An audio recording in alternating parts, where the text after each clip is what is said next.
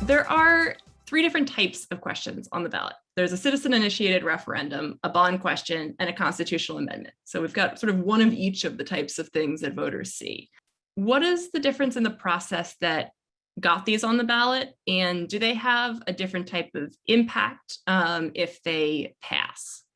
Question one, the one that we all know is the corridor project. I mean, that was a citizen-initiated bill. So basically, in that situation, you have organizations or citizens go out and they have to gather petition signatures, enough petition signatures to get on the ballot.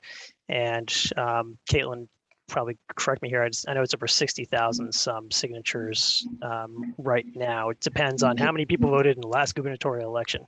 So once they get enough signatures, the legislature has a chance to approve it up or down.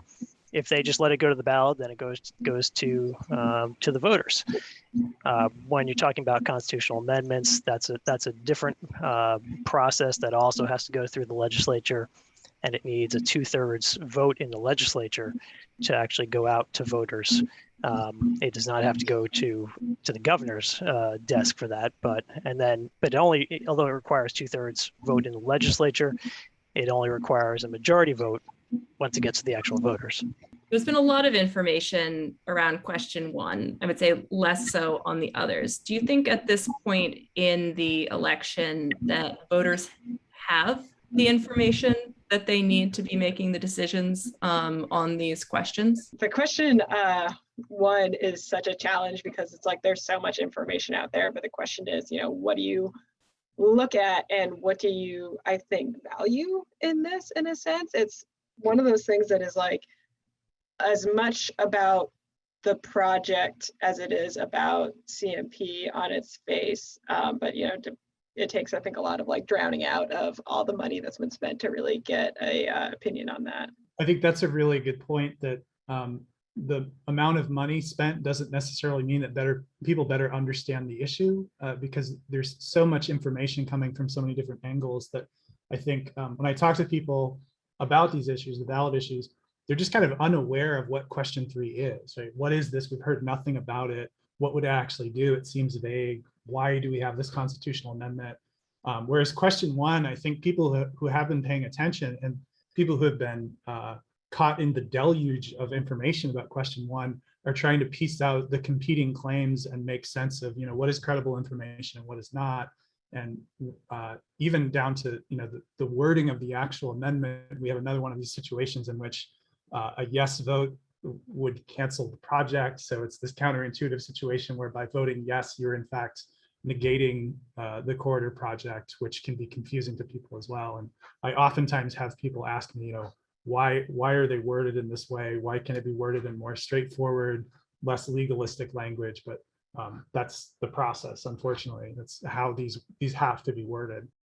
Right, and I think just one of the other things that's adding to this confusion, especially with question 1, is you have all these groups that are spending enormous amounts of money, putting up all these ads. We're seeing them online, on TV, but it's often hard to tell it's impossible to tell who's behind those groups usually until you start digging, but also the names of the groups can be confusing. So you have names like, Clean Energy Matters, and then you have, Mainers for Local Power, and those are on different sides. And just looking at that name, it's hard to tell which side that group is going to be on. And then, of course, all the many organizations and corporations that are funneling tens of millions of dollars into this campaign. So, in addition to the competing narratives you're getting from the different groups, it's hard to tell, if you just look at the name, which side a group is on.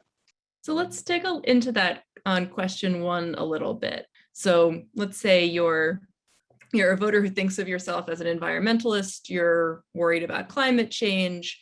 What are groups that are working on climate change, advocating around that, saying about question one? Are they all on one side? Are they split? What are we seeing from those folks? Well, I think it's probably easier, I think, to start immediately with who I think is against it. I mean, like the Natural Resources Council of Maine, the Sierra Club, Environment Maine have all really come out against this. There's also been a kind of, it's been localized, I think, to like the Northeast region, but this group called the North American Megadam Resistance Alliance, which actually does a lot of focus on how, specifically, I think it could be Hydro-Quebec, but also how big dams in like Labrador have affected Indigenous tribes in Canada, and kind of like what the long-term impacts of having this energy generated there has done to their ancestral lands. For it, I know the Conservation Law Foundation has been a supporter. Not immediately sure of other folks, if you guys wanted to jump in. Obviously, like, I mean, the state is in favor of it. So if you consider like the Department of Environmental Protection to be a big environmental supporter, then, you know, they would be part of that as well. I would just kind of jump in because this is part of the confusion that, you know, even we get is like Rob was talking about, the question is asking, you know, do you want to do something? The question is asking, do you want to negate something? So even when Caitlin's talking, you know, about the groups that are for question one, but they're against the CMP, you know, backed project. So it's one of these things where if you want to block the CMP project, if you're against the CMP project, the corridor project, the NECEC project, then you are voting yes on question one. You know, so that kind of adds to the complication. So right, yeah, I mean, the groups like NRCM, the Sierra Club, and these big environmental groups, they're all against the CMP corridor project, but they're backing question one. And then you have all these energy groups that are coming in on both sides. You have Hydro-Quebec, which, you know, is working with CMP on to build this corridor. They are, of course, opposed to question one because it would block their $1 billion project. But then on the other side, you have all these other energy groups that are competing with CMP and Hydro-Quebec, and would potentially be losing some market share. Well, they are supporting question one. So. One of the questions somebody just put in the chat that I actually do want to ask here is, are you aware of anyone who is not taking a side on this, who you would see as an independent source, who has actually compared sort of a trade-off of the environmental costs of cutting across the forest versus the cost, you know, versus any emissions that are being reduced? You know, is Massachusetts actually reducing their emissions through this project? And, you know, if so, how do we weigh that that trade-off? I'm not aware of any independent groups out there. There, if there are, please people kind of weigh in on the chat as well.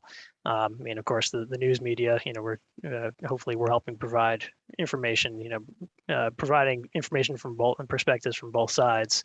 But Caitlin, are you aware of any other, or Rob, any other organizations that have just taken kind of a nonpartisan, judgmental look at this issue?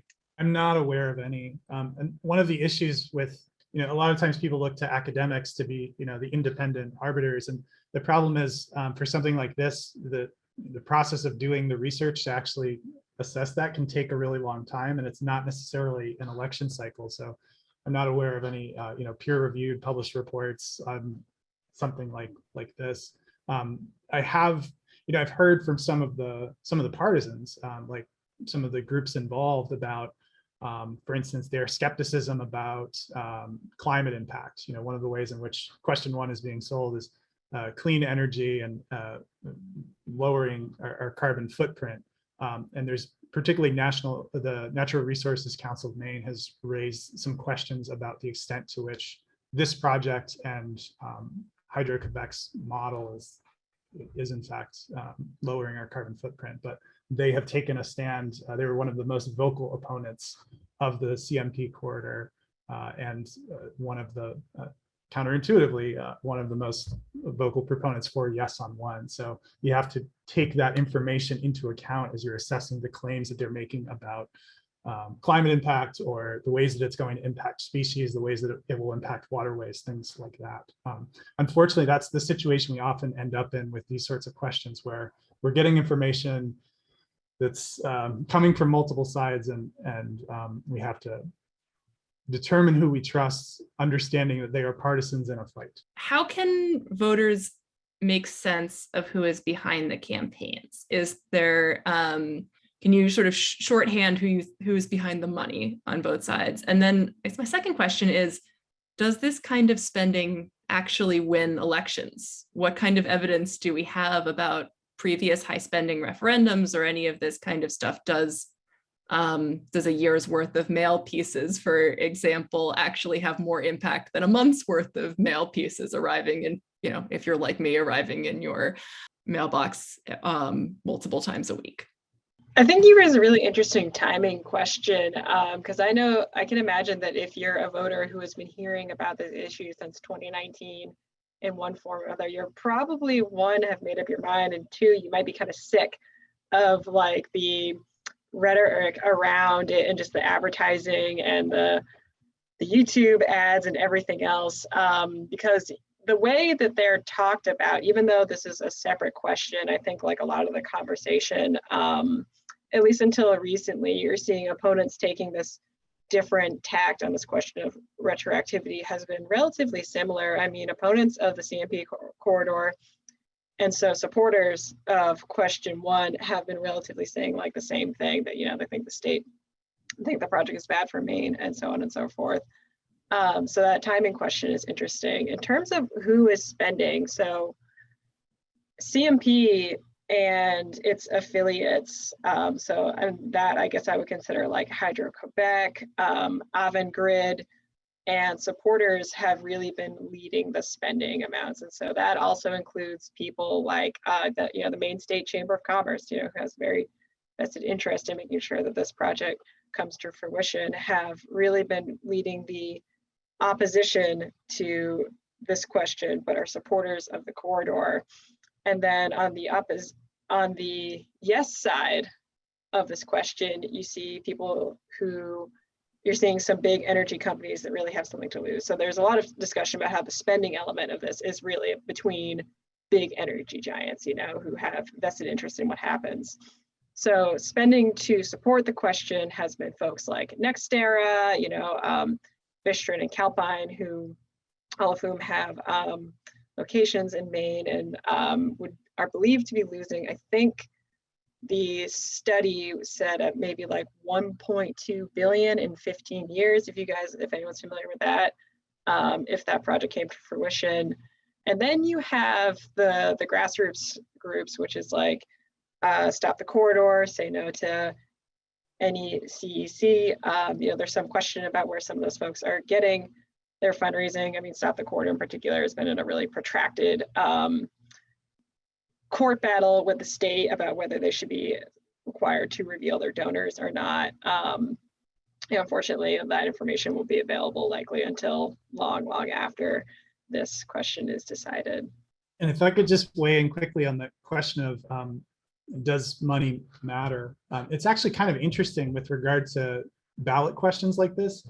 We know that money matters in regular campaigns for candidates, right? For instance, a US House race, the candidate that spends more money 90% of the time is going to win that seat. It doesn't mean that the money is the sole cause of why they win, but it suggests that it's one factor among many that plays an important role. Whereas with ballot initiatives, we oftentimes see campaigns spend enormous amounts of money and have really surprising results. You would assume, for instance, if somebody's going to dump $10 million into a state like Maine, which is a relatively small state population-wise, and in which media buys are relatively inexpensive, that's going to result in, at the very least, a formidable campaign to pass a ballot question. But we've seen that happen. We saw that happen a few years ago, for instance, with the York County casino referendum, which they spent almost $10 million, and 83% of voters voted against it. So it's not simply about money, it's about how the money is spent. And if a campaign doesn't spend money effectively or isn't really strategic in terms of its messaging and the campaign that it's mounting, who it's talking to, who it's targeting, then they're not going to have a successful result. And this will be really interesting because this is the most expensive ballot campaign we've had in Maine's history. And some of the initial polling, we don't have a really good sense, we don't have tons of data, but it suggests that it's an uphill battle for those, the no campaign, right? Those who are supporters of the corridor. It seems as if the kind of public sentiment is at this point against it. So we'll see. This will be a test case in terms of like what role can money play in a ballot initiative. Yeah, and just kind of piggybacking on what Rob was saying, I mean, there's certainly plenty of examples of campaigns where, like look at our Senate race, last year between Susan Collins and Sarah Gideon. The Gideon campaign spent a lot more than the Collins campaign, but Collins still won. But it is harder to predict in ballot initiatives. There's not necessarily that as much of a relationship between the amount of money that's spent and the amount of votes you get. I mean, that York County casino ballot initiative back in 2017, I think that Rob pointed to is a great example. I mean, they blanketed the TVs, everything with all this money, and it lost by 83%. I think one of the interesting parts about this is out of the 60 million that has been spent so far on question one, the majority has been spent by the supporters of the corridor, so by Hydro-Quebec and New England Clean Energy Connect and CMP. And so they've spent, upwards, I think it's 35 million just out of the Clean Energy Matters group alone. And to convince people that this is a good project, but that one poll that was done shows that people are still very skeptical or opposed to the project.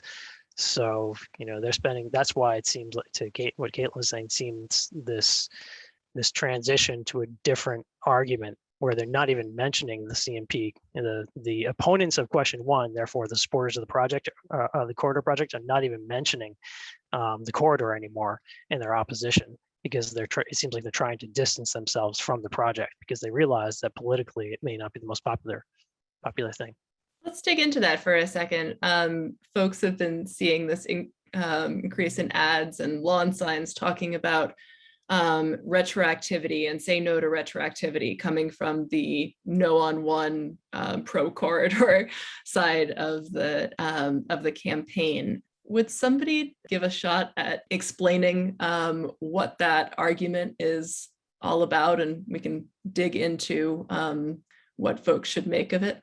Yeah, so I thought I had the statute on me. I had maybe someone else might have it, but this argument is basically based on the idea because the question, is structured in 3 parts, and 2 of which make a reference to retroactivity to certain times.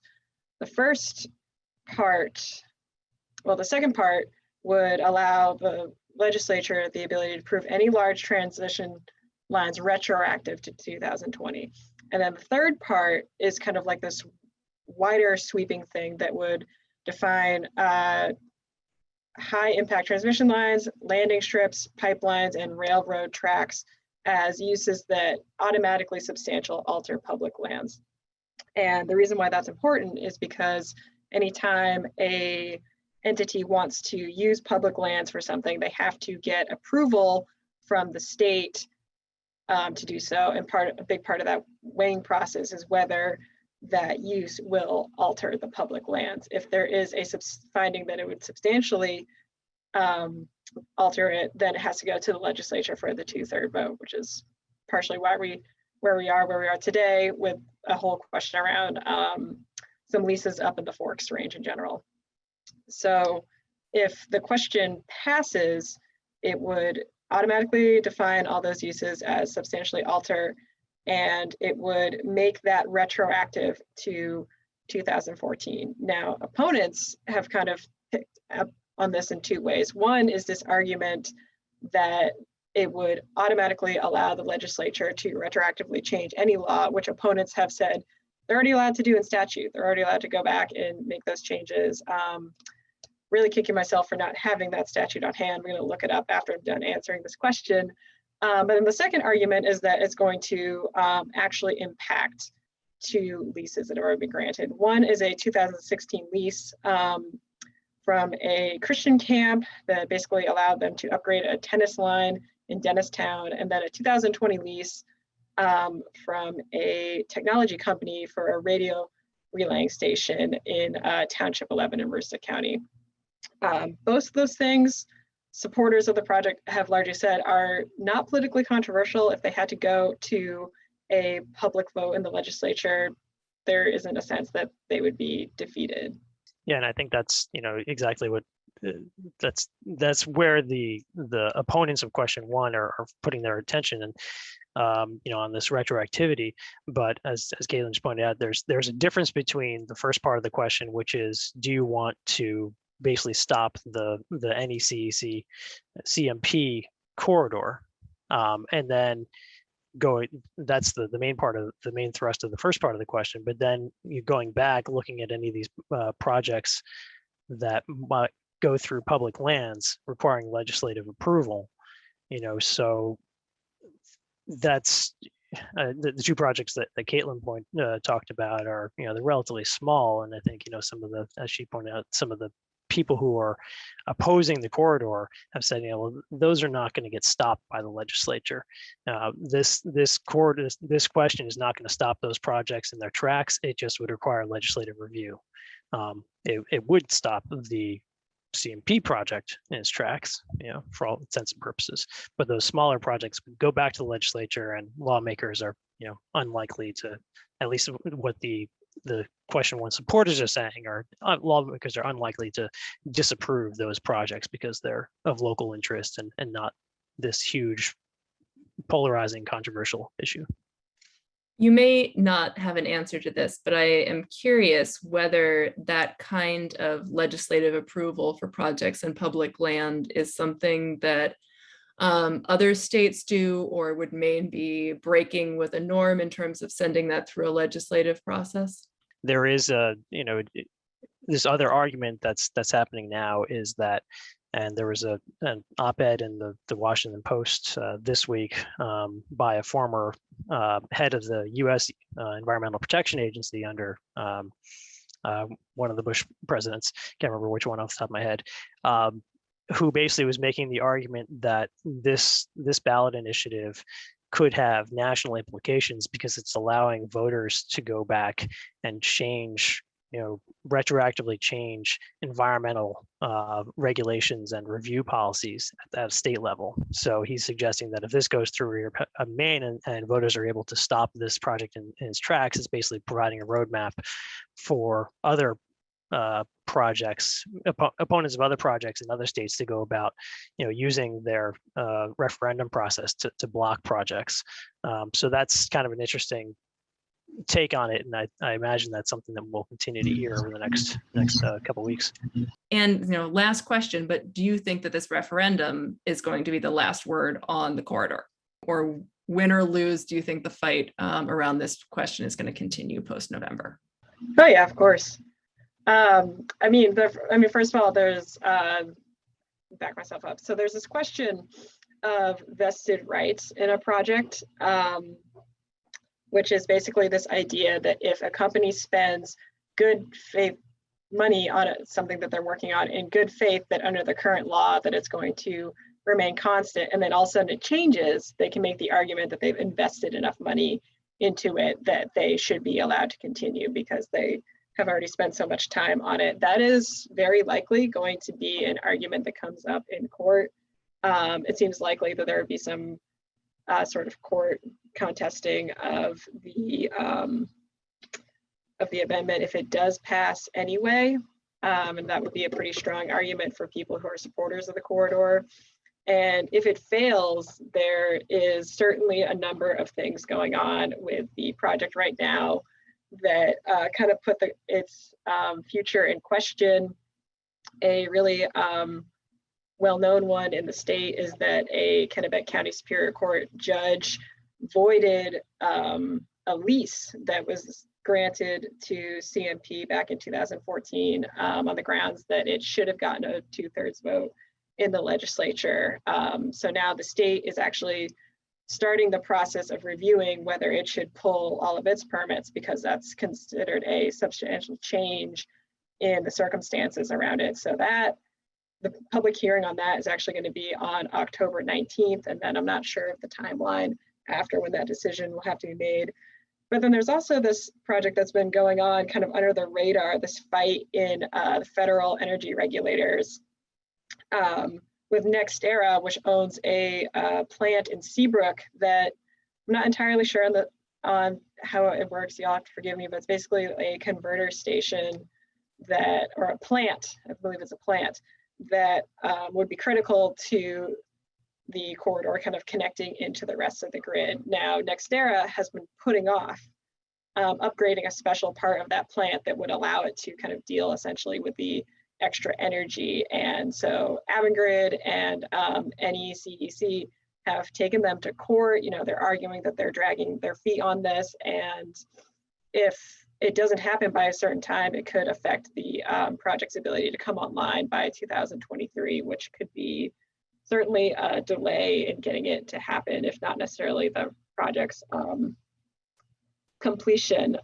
Kevin's point actually made me think about that the Massachusetts Attorney General just actually intervened on or weighed in on that issue today, because FERC said that we basically need to do more of like findings on this. We need to do more like learning about this. And Massachusetts got in there and said basically like, if you don't weigh in on this soon, it's going to severely impact our ability to statutorily like fulfill our obligations. And it's also going to create precedent for, you know, anybody else who doesn't like the way something is going through to also just drag their feet and, you know, not fulfill their end of the bargains on things. So no, I don't think it's going to go away.